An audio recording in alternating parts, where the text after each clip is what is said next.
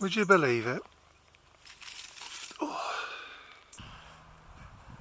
Somebody's very nicely put this this seat here. It's gonna fall. Oh my god. I'm in Wickham in Berkshire, just down the road from Newbury, and I'm stood on a bit of land that once had Roman buildings on it, a Roman settlement that was at a junction, and that all went away.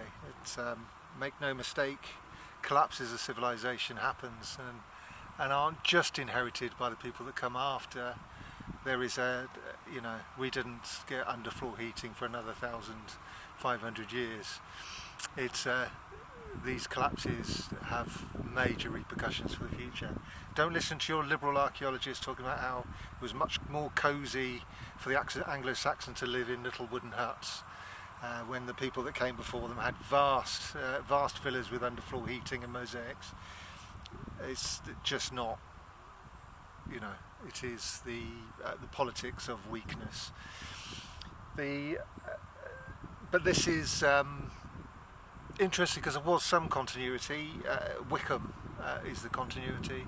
There's been a village here for a long time, since the Anglo-Saxon period, probably since immediately after the end of the Roman period. And there's a Roman road that goes through it. Well, in fact, now we know there's two Roman roads that go through it. It is at a junction. We thought another Roman road joined the Ermin Way down the road a bit, a mile down the way, but it doesn't. Some latest research, the latest research from the Newbury Antiquarians, or the Archaeologists of West Berkshire, whatever they're called, I can't remember. I shall put a link below. Have done all the archaeology. They've done all the radar and the geophysique, or whatever they call it, all the Scientology. They've done all the Scientology, and they've worked out that yes, there is a junction right here in the village of Wickham. And not just that, it's a junction with a slip road. So it's a crossroads, and in one way there's a slip road that sort of cuts the corner, and that is towards the road that goes to Swindon.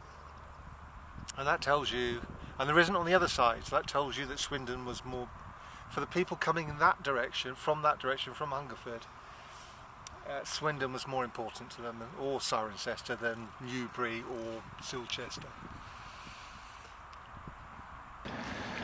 As you know, I'm the purveyor of answers to questions nobody ever wanted answering, and I thought I'd come along and react to this latest news about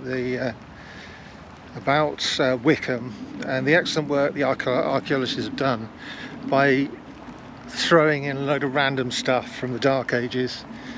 Whether anybody finds it of any use whatsoever, I don't know. I suspect not. But what information do we have? Well, there's loads of Roman stuff coming up. They did a very interesting map with loads of data on it from finds and so on. But what about the period after the Romans? Is there any information they can give us? Well, the Anglo-Saxon charters do tell us about not just Roman things.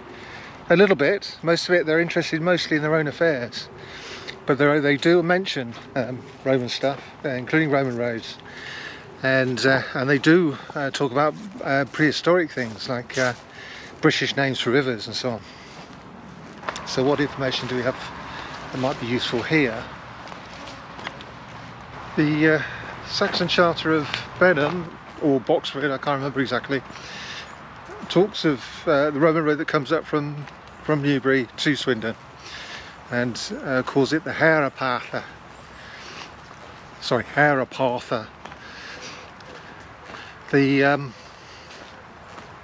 This means its translation is basically highway or ridgeway, and that's the name given to it by the Tithe Award of Boxford.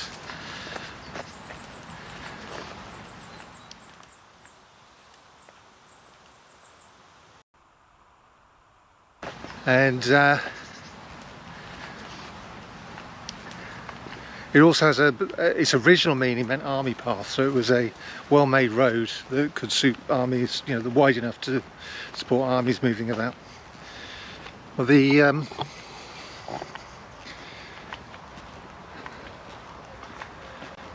further on, it goes to Swindon, then up to Cirencester, which is a major regional capital, and in the Roman period.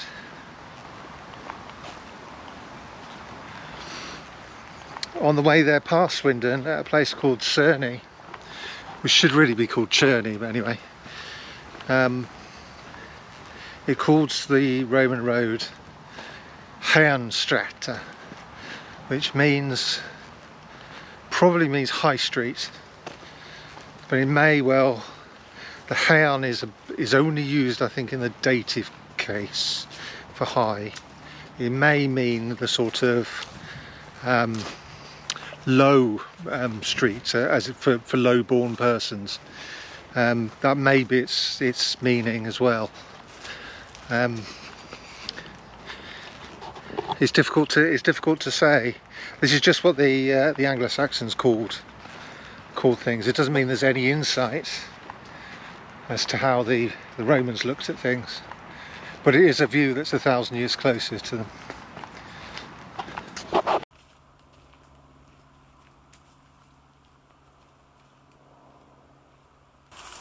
As for the negativity of calling it sort of a lower class street, there's a road that goes down from Swindon down to Marlborough, Cunetio in Roman times, and the Saxons called that the Brocena Street, the broken street. As for the southern north-south route, which joins up here, no knowledge really of it at all, until way further when it gets over to when it gets called Woden's Ditch, Wansdyke, but that's miles away, and only because it joins up with the actual real Wansdyke. But anyway, yes. So Antiquarians used to call it, because it went to Bath, used to call it the Via Julia, but that's been sort of disproved because it was based upon a charlatanry.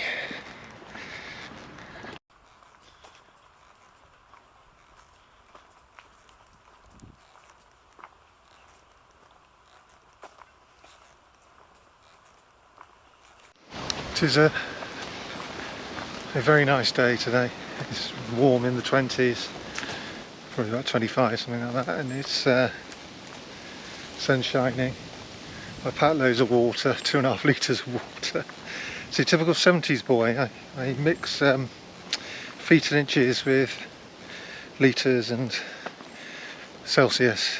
It's they tried to end the imperial system and impose metric, and in the end all they did was confuse us all. I think the latest generation, I was talking to a young chap the other day, he thinks in millimetres. I've got to be careful. It's perfect conditions for deer and hares, so you know, woodland, and you know, lots of barley to eat. So every time I make a transition, cross a boundary between wood and field, I have to slow down and walk quietly, just in case. Give me time to switch the camera on and shoot them on film. The latest research has worked out the route of the southern Roman road using its electric doodads, but I'm taking you down to the woods. There's two small woods that show the route of the road. Something physical to show on video.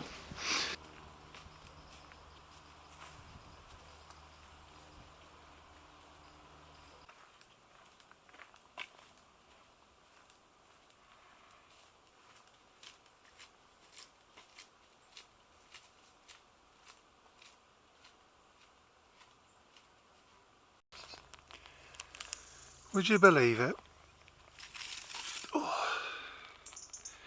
that, after my last video, that is a blank for a billhook.